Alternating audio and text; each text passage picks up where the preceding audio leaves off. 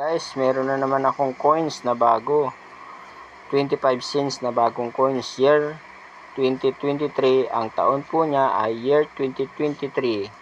Frost coins siya guys. Frost coins. Meron lang ako niyan, 2 piraso na frost coins, no? 2 piraso lang guys na frost coins ang hawak ko.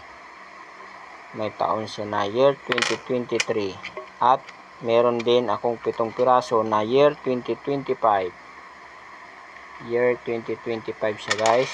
At ito ay year 2023 na taon siya guys. Year 2023. Frost coins yan guys. Frost.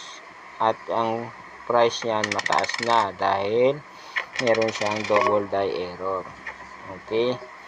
Yung year 2023 ko, dadalawa pa lang. Ito 2002, non-magnetic.